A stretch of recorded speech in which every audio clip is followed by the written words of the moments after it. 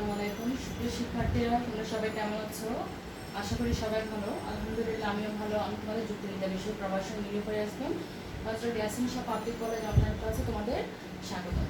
আজকে আমি তোমাদেরকে বরাবরের মতো যুক্তিবিদ্যা দ্বিতীয় পত্রের আমরা ক্লাস নিচ্ছিলাম দ্বিতীয় অধ্যায়ে, অর্থাৎ যৌক্তিক বিভাগের সম্পর্কে আমরা ওই অধ্যায়ে আমরা আলোচনা করছিলাম। আজকে তোমাদের সাথে আমার এই অধ্যায়ের ষষ্ঠ ক্লাস। হ্যাঁ, তাহলে শুরু করা যাক। আমরা গত ক্লাসে যৌক্তিক বিভাগের চতুর্থ নিয়ম পর্যন্ত আমরা আলোচনা করেছিলাম, অর্থাৎ চতুর্থ নিয়মগুলো আমরা আগে আলোচনা করেছি। নিয়ম এবং অনুপপত্তি সহ আমরা গত ক্লাসে চতুর্থ নিয়ম এবং তার অনুপপত্তি পর্যন্ত আমরা আলোচনা করেছিলাম। তা আজকে আমি যৌক্তিক বিভাগের পঞ্চম নিয়ম এবং এটার নিয়মের অনুপপত্তি নিয়ে আমরা আজকে আলোচনা শুরু করব। তো সুপ্রিয় শিক্ষার্থীরা, তোমরা লক্ষ্য করো আমি বোর্ডে এটার নিয়মটা এবং নিয়মের যে অনুপপত্তি সেটা সম্পর্কে কিছুটা আমি এগিয়ে রেখেছি কাজ। দেখো, আমরা জানি পঞ্চম নিয়মটা কি ছিল, অর্থাৎ যে মূল শ্রেণীকে আমরা ভাগ করব সেই মূল শ্রেণীর নামটা উপজাতি প্রত্যেকটির বেলায় সমানভাবে প্রযোজ্য হয়। হ্যাঁ,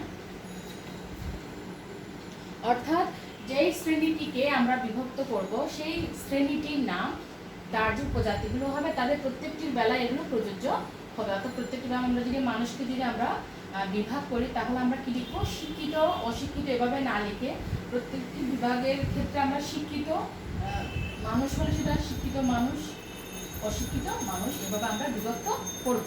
এখন যদি এই নিয়ম আমরা লঙ্ঘন করি, অর্থাৎ এই নিয়ম লঙ্ঘন করলে তখন সেক্ষেত্রে কি হবে, অঙ্গগত এবং গুণগত বিভাগজনিত অনুপপত্তি ঘটবে। এখন অঙ্গগত বিভাগ এবং গুণগত বিভাগজনিত অনুপপত্তি কখন ঘটে? আমরা সাধারণত জানি অঙ্গগত বিভাগটা বলতে আমরা কি বলছিলাম, অঙ্গগত বিভাগ বলো বা গুণগত বিভাগ যাই বলি না কেন, এগুলো আসলে যৌক্তিক বিভাগ না। যৌক্তিক বিভাগ হবে কখন, যখন একটা নির্দিষ্ট মূলসূত্র অনুসরণ করে একটা শ্রেণীবাচক পদকে যখন আমরা তার অন্তর্গত বিভিন্ন উপশ্রেণীতে ভাগ করি তখনই কিন্তু সেটাকে আমরা কি বলি, যৌক্তিক বিভাগ বলি। কিন্তু অঙ্গগত বিভাগ বা গুণগত বিভাগ আমরা যাই বলি না কেন, এগুলোকে আমরা যৌক্তিক বিভাগ বলতে পারবো না, কারণ এগুলো অঙ্গগত বিভাগ বা গুণগত বিভাগ এগুলো আসলে কোনো নির্দিষ্ট শ্রেণীর ক্ষেত্রে কিন্তু এই বিভাগগুলো হয় না।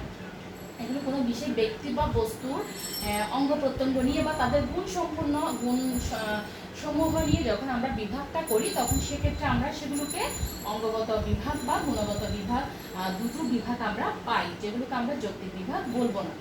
এখন অঙ্গগত বিভাগ কখন ঘটে? দেখো, একজন মানুষকে যখন হাত, পা, চোখ, নাক, কান ইত্যাদি অংশে আমরা ভাগ করি তখন সেক্ষেত্রে আমরা সেটাকে কি বলবো, অঙ্গগত। অর্থাৎ অঙ্গগত যে বৈশিষ্ট্যগুলো নিয়ে আমরা ভাগটা দেখাবো সেটাকে আমরা কি বলবো, অঙ্গগত বিভাগজনিত অনুপপত্তি। অন্যদিকে আমরা গুণগত বিভাগ কখন বলবো, যেমন আমরা যদি মানুষকে তার সততা, বিদ্যা বা শিক্ষা যাই বলি না কেন, চাতুর্য ইত্যাদি গুণে যখন আমরা বিভক্ত করি তখন সেটাকে আমরা কি বলবো, গুণগত বিভাগ বলবো। ঠিক সেরকম একটা বৃক্ষ বা গাছকে যদি আমরা তার কাণ্ড, পাতা, ফুল, শাখা এগুলো নিয়ে বিভাগ করি তখন সেক্ষেত্রে সেটাকে কি বলবো, আমরা অঙ্গগত বিভাগ বলবো। আর যেমন ধর একটা বিশেষ ফল, যেমন আমরা যদি আমকে, আমের কি আম মিষ্টি, হ্যাঁ, আবার আম খেতে টক, আম গোলাকার, হ্যাঁ, অর্থাৎ তার যে গুণগুলো নিয়ে, হ্যাঁ, আমের যে খাবারের যেটা খাবার যে গুণাগুণটা আছে বা এটা দেখতে স্বাদটা কেমন, এই গুণগুলো নিয়ে যখন আমরা আলোচনা করব তখন সেটাকে আমরা কি বলবো, গুণগত বিভাগ বলবো। অর্থাৎ যৌক্তিক বিভাগের এই যে আমরা কেন এটাকে, যেমন ধর আমরা মানুষকে হাত, পা ইত্যাদি অংশে ভাগ করছি, এখানে না কি বলা আছে, মূল শ্রেণীকে ভাগ করলে সেই মূল শ্রেণীর নামটা উপজাতি প্রত্যেকটির বেলায় প্রযোজ্য হবে। এখন আমরা মানুষকে যদি আমরা হাত, পা, না, চোখ, কান, নাক ইত্যাদি অংশে ভাগ করি, আমরা কি হাত মানুষ, পা মানুষ, চোখ মানুষ, নাক মানুষ বা কান মানুষ ইত্যাদি বলতে পারবো? এগুলো কখনোই বলা যাবে না, কারণ এগুলো হচ্ছে তার অঙ্গ প্রত্যঙ্গ নিয়ে আমরা আলোচনা করছি। হ্যাঁ, সেগুলো কখনোই যৌক্তিক বিভাগের ক্ষেত্রে যেহেতু আমরা একটা শ্রেণীবাচক পদকে বিভাগটা করি বলেই কিন্তু এটা আসে। এটা আবার অনেক সময় ব্যতিক্রমও আছে, সেটা অন্য কথা, ব্যতিক্রমও থাকে। তাহলে আমরা পঞ্চম নিয়মে মোটামুটি পেলাম। পঞ্চম নিয়মটা লঙ্ঘন করলে আমরা এই দু ধরনের ইয়েগুলো আমরা পাবো। এখন যে আমি যেটা বললাম, অর্থাৎ এই উল্লেখিত যে বিভক্ত যে অংশগুলো আমি দেখালাম, হ্যাঁ, গুণগত অংশ বিভাগ বলি বা অঙ্গগত বিভাগ যাই বলি না কেন, এগুলো কোনোটির ক্ষেত্রে কিন্তু মানুষ নামটি কিন্তু এখানে প্রযোজ্য আমি করতে পারবো না। করতে পারবো? আমি লিখি উল্লেখিত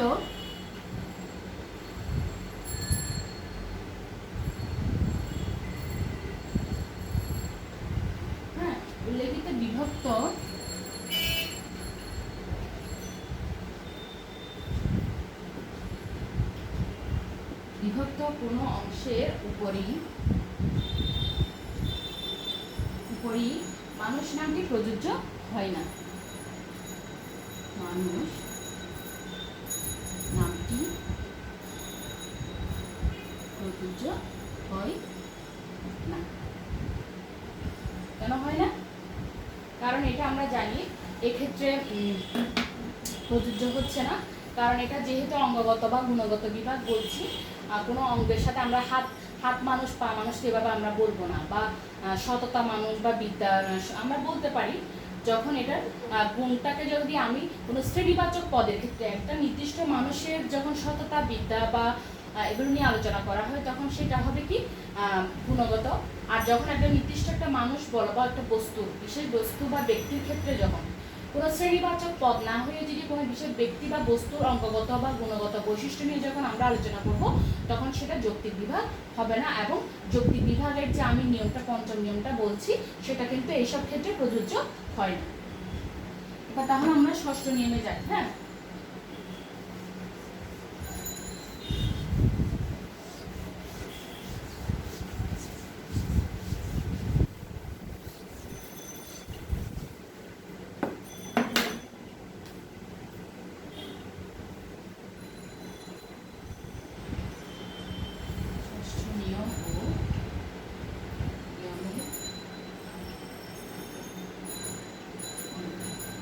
ষষ্ঠ নিয়ম কখন বলা হয়? ষষ্ঠ নিয়মে বলা হচ্ছে জাতিকে সর্বদা নিকটতম উপজাতিতে বিভক্ত করতে হবে।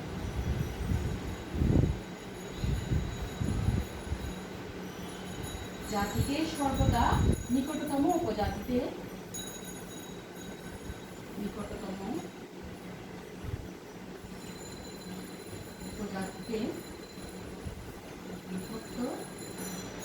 করতে মধ্যবর্তী কোন স্তরকে বাদ দেওয়া যাবে না। মধ্যবর্তী কোন স্তরকে বাদ দেওয়া। যেমন আমি যদি দেখাই, আমি যদি একটা চার্টের মাধ্যমে দেখাই, হ্যাঁ,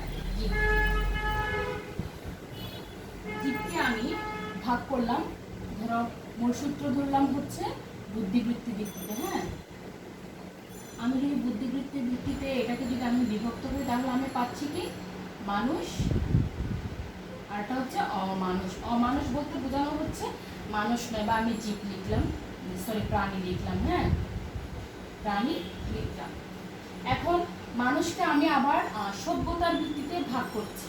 হ্যাঁ, মানুষকে যখন আমি সভ্যতার ভিত্তিতে ভাগ করছি, আমি পাচ্ছি কি সভ্য মানুষ, সভ্য মানুষ হচ্ছে কি অসভ্য মানুষ। আবার সভ্য মানুষকে যদি আমি শিক্ষার ভিত্তিতে ভাগ করি, তাহলে আমি কি বলবো?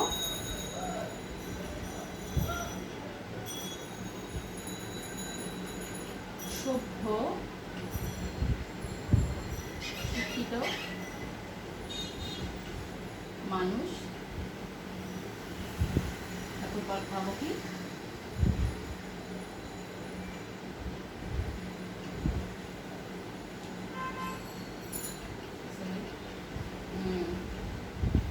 এটা একটা কথা আছে, সভ্য মানুষকে যদি আমি ভাগ করি সভ্য শিক্ষিত মানুষ, না সভ্য অশিক্ষিত মানুষ।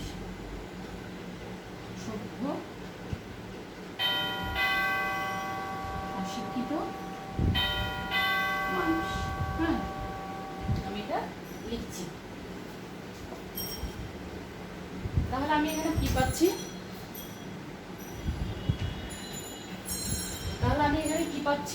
এখানে প্রথমে জীবকে আমি বুদ্ধিবৃত্তি ভিত্তিতে দুটো অংশে ভাগ করছি, একটা হচ্ছে মানুষ, একটা হচ্ছে প্রাণী। মানুষকে আমি আবার সভ্যতার ভিত্তিতে ভাগ করছি কি সভ্য মানুষ এবং অসভ্য মানুষ। আবার সভ্য মানুষকে আমি শিক্ষার ভিত্তিতে ভাগ করছি কি সভ্য শিক্ষিত মানুষ, এটা হচ্ছে সভ্য অশিক্ষিত মানুষ। এখন দেখো, এখন আমাদের নিয়মে বলা আছে কি জাতিকে সর্বদা নিকটতম উপজাতিতে বিভক্ত করতে হবে, মধ্যবর্তী কোনো স্তরকে বাদ দেওয়া যাবে না। এখন যেমন ধরো আমি জীবকে ভাগ করে, হ্যাঁ, জীবকে ভাগ করছি কিসের ভিত্তিতে, বুদ্ধিবৃত্তির ভিত্তিতে ভাগ করে আমি এটাতে ধাপে গেলাম। হ্যাঁ, তাহলে আমার এখানে ধাপ কয়টা? এটা একটা ধাপ, দ্বিতীয় ধাপ, এটা হচ্ছে তৃতীয় ধাপ আমি যদি ধরি। এখন আমি যদি প্রথম ধাপটা বাদ দিয়ে যদি সরাসরি দ্বিতীয় ধাপে চলে যাই, আমি জীবকে যদি আমি সভ্য মানুষ অসভ্য মানুষ এরকম একটা ধাপে যদি আমি চলে যাই, তাহলে কি আমার যৌক্তিক বিভাগটা আসলে হবে? হবে না। কেন হবে না? কারণ এখানে আমি একটা মধ্যবর্তী স্তর বাদ দিয়ে দিয়েছি, অর্থাৎ মধ্যবর্তী কোনো ধাপকে বাদ দেওয়া তা যাবে না। এই নিয়ম লঙ্ঘন যদি আমরা করি, এই নিয়মটা যদি আমরা লঙ্ঘন করি, তখন সেক্ষেত্রে উল্লঙ্ঘন বিভাগজনিত অনুপপত্তি ঘটবে। যদি এই নিয়ম আমরা লঙ্ঘন করি, অর্থাৎ কোনো মধ্যবর্তী স্তরকে যদি আমরা বাদ দিয়ে দিই, বিভাগটা করি, তখন সেই ক্ষেত্রে সে একটা অনুপপত্তি ঘটবে। সেই অনুপপত্তির নাম হচ্ছে কি? উল্লঙ্ঘন বিভাগজনিত অনুপপত্তি। তাহলে এই নিয়ম লঙ্ঘন করলে, এই নিয়ম লঙ্ঘন করলে উল্লঙ্ঘন বিভাগজনিত অনুপপত্তি ঘটবে। অর্থাৎ এখানে যদি আমি একটা, এটা হচ্ছে আমার ষষ্ঠ নিয়ম অনুসারে আমি এটা ঠিক আছে, আমি এটা করলাম। হ্যাঁ, এটা করার পর আমি যদি এক্ষেত্রে এই বিভাগটাকে আমি দ্বিতীয় ধাপটা আমি মুছে দিলাম, ধরো দ্বিতীয় ধাপটা আমি বাদ দিয়ে দিলাম। হ্যাঁ, দ্বিতীয় ধাপ বাদ দিয়ে আমি সরাসরি তৃতীয় ধাপে চলে গেলাম। মানুষকে এটা না, সরি, ধরো আমি প্রথম ধাপটা বাদ দিয়ে যদি আমি দ্বিতীয় ধাপে চলে যাই, হ্যাঁ, প্রথম ধাপটা জীবটাকে আমি ভাগ করলাম কি? সভ্য মানুষ ও সভ্য মানুষ। তাহলে তো এটা আমার বিভাগটা হচ্ছে না, কারণ জীবকে তার নিকটতম উপজাতিতে ভাগ করতে হবে। অর্থাৎ জীবের নিকটতম উপজাতি হচ্ছে মানুষ। হ্যাঁ, মানুষের নিকটতম উপজাতি হচ্ছে তার অন্তর্গত যেগুলো আছে সেগুলো।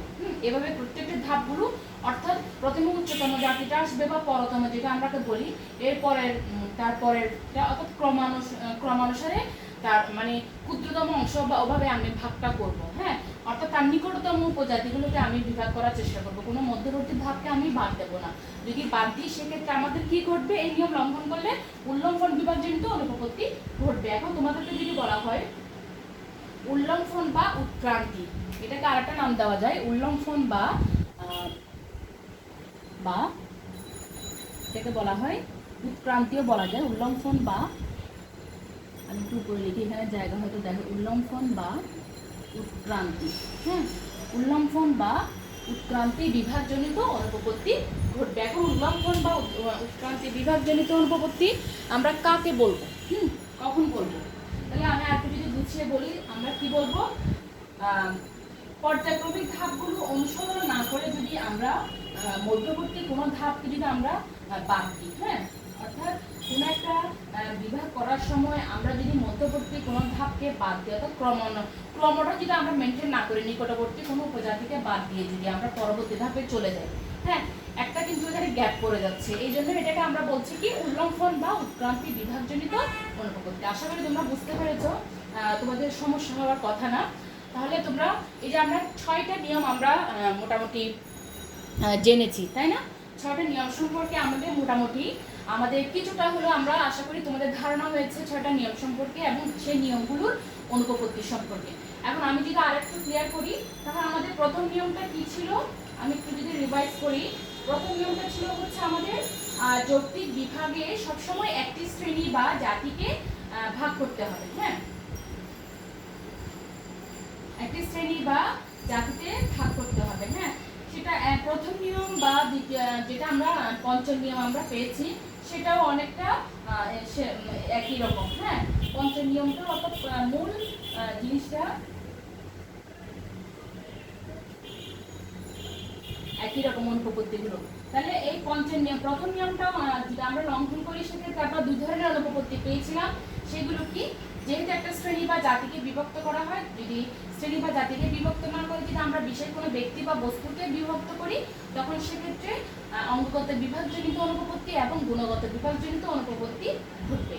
দ্বিতীয় নিয়মে আমরা কি করেছিলাম, যৌক্তিক বিভাগ মূলসূত্র সবসময় একটা হতে হবে। একই সময়ে একাধিক মূলসূত্র গ্রহণ করা যাবে না। সেক্ষেত্রে আমরা যদি একাধিক মূলসূত্র একই সময়ে গ্রহণ করি তখন সেক্ষেত্রে সংকর বিভাগজনিত অনুপপত্তি ঘটবে। হ্যাঁ, তৃতীয় নিয়মে আসো, উপশ্রেণীগুলোর যোগফল সবসময় মূল শ্রেণীর সমান ব্যাপ্ত হতে হবে, অর্থাৎ সম ব্যাপ্তত্ব সম্পন্ন হতে হবে। হ্যাঁ, যদি সম ব্যাপ্তত্ব সম্পন্ন না হয়ে যদি কম বেশি হয় তখন সেই ক্ষেত্রে আমরা দু ধরনের অনুপপত্তি পেয়েছিলাম। একটা ছিল কি, কম হলে সেটা অব্যাপক বিভাগজনিত অনুপপত্তি, আর যদি বেশি হয়ে যায় অর্থাৎ মূল শ্রেণীর চেয়ে যদি বিভাজ্য উপশ্রেণীগুলোর মিলিত ব্যাপ্তত্ব যদি মূল শ্রেণীর চেয়ে বেশি হয় তখন সেক্ষেত্রে আমরা কি পাই, অতি ব্যাপক অতি ব্যাপক বিভাগজনিত অনুপপত্তি ঘটে। এরপর চতুর্থ নিয়মটা আসো, আমরা জানি যৌক্তিক বিভাগে উপজাতিগুলো বিভক্ত উপজাতিগুলো সবসময় কি হতে হবে, পরস্পর বিচ্ছিন্ন হতে হবে, অর্থাৎ পরস্পরের সাথে একত্রিত হয়ে বা মিলেমিশে এগুলো থাকবে না। যদি একাধিক মিলেমিশে থাকে তখন সেক্ষেত্রে সেটা কি করবে, পরস্পরাঙ্গী বিভাগজনিত অনুপপত্তি, যেটা অনেকটা দ্বিতীয় নিয়মের মতো। হ্যাঁ, অর্থাৎ পরস্পর বিচ্ছিন্ন কখন হবে, যখন আমরা একটা মূলসূত্র গ্রহণ করব। একই সাথে যদি আমরা একাধিক মূলসূত্র গ্রহণ করি তখন একটা আরেকটার সাথে কিন্তু মিশে যাওয়ার সম্ভাবনা থাকে।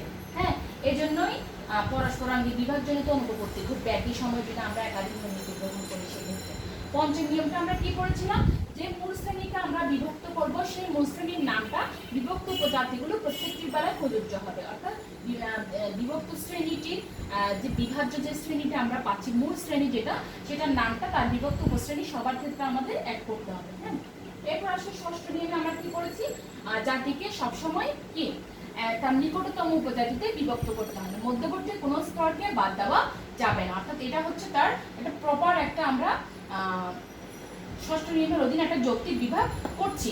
এই নিয়মটা যদি আমরা লঙ্ঘন করি তাহলে আমাদের কি ঘটবে, উল্লঙ্ঘন বা উৎক্রান্তি বিভাগজনিত অনুপপত্তি ঘটবে। অর্থাৎ এখানে আমি যেমন ধরো এই প্রথম অংশটা আমি বাদ দিয়ে দিলাম, এটা যদি আমি বাদ দিয়ে দিই, বাদ দিলে আমার কি ঘটবে, উল্লঙ্ঘন বা উৎক্রান্তি বিভাগ অনুপপত্তি ঘটে। অর্থাৎ এর পুরোটা হচ্ছে আমার কি, এটা হচ্ছে পুরোটা হচ্ছে কি সঠিক। হ্যাঁ, এটা পুরোটা হচ্ছে সঠিক, অর্থাৎ ষষ্ঠ নিয়মের অধীনে এটা আমি করছি। যখন আমি মধ্যবর্তী একটা ধাপকে আমি বাদ দিয়ে পরবর্তী জীবের পরে যে তাকে ভাগ করে যে মানুষ প্রাণ এভাবে এটা না দিয়ে যদি আমি জীব থেকে সরাসরি সভ্য মানুষে চলে যাই, তখনই কিন্তু আমার উল্লঙ্ঘন বা উৎক্রান্তি বিভাগজনিত অনুপপত্তি ঘটবে। অর্থাৎ আমি একটা মাঝখানের একটা অংশকে বা মধ্যবর্তী একটা অংশকে আমি কি করে যাচ্ছি, বাদ দিয়ে যাচ্ছি। হ্যাঁ, সেজন্যই আমাদেরকে বলা হচ্ছে কোনো মধ্যবর্তী ধাপকে বা স্তরকে বাদ দেওয়া যাবে না। আশা করি তোমরা বুঝতে পেরেছো 6টা নিয়ম, যৌক্তিক বিভাগের 6টা নিয়ম তোমরা ভালো মতো পড়ে নিবে, বাসায় অনুশীলন করবে। আশা করি তোমাদের কোনো সমস্যা থাকার কথা না। আর যদি সমস্যা যদি মনে করো তোমরা টেক্সট বুকের পাশাপাশি তোমরা তোমাদের এগুলো ভিডিওতে সেভ করা থাকবে, তোমরা এগুলো দেখবে। হ্যাঁ, দেখে কোথায় কি সমস্যা আছে তোমরা এগুলো আশা করি নির্ণয় করতে পারবে এবং নিজেরা বুঝতে পারবে পড়াগুলো। তো সুপ্রিয় শিক্ষার্থীরা, আজকে আমি তোমাদেরকে আর বাড়াচ্ছি না, ক্লাস এতটুকুতে শেষ করছি। তোমরা সবাই ভালো থাকবে, সুস্থ থাকবে সেই প্রত্যাশা ব্যক্ত করে আজকের মতো তোমাদের কাছ থেকে আমি বিদায় নিচ্ছি। ধন্যবাদ সবাইকে, আল্লাহ হাফেজ, আসসালামু আলাইকুম।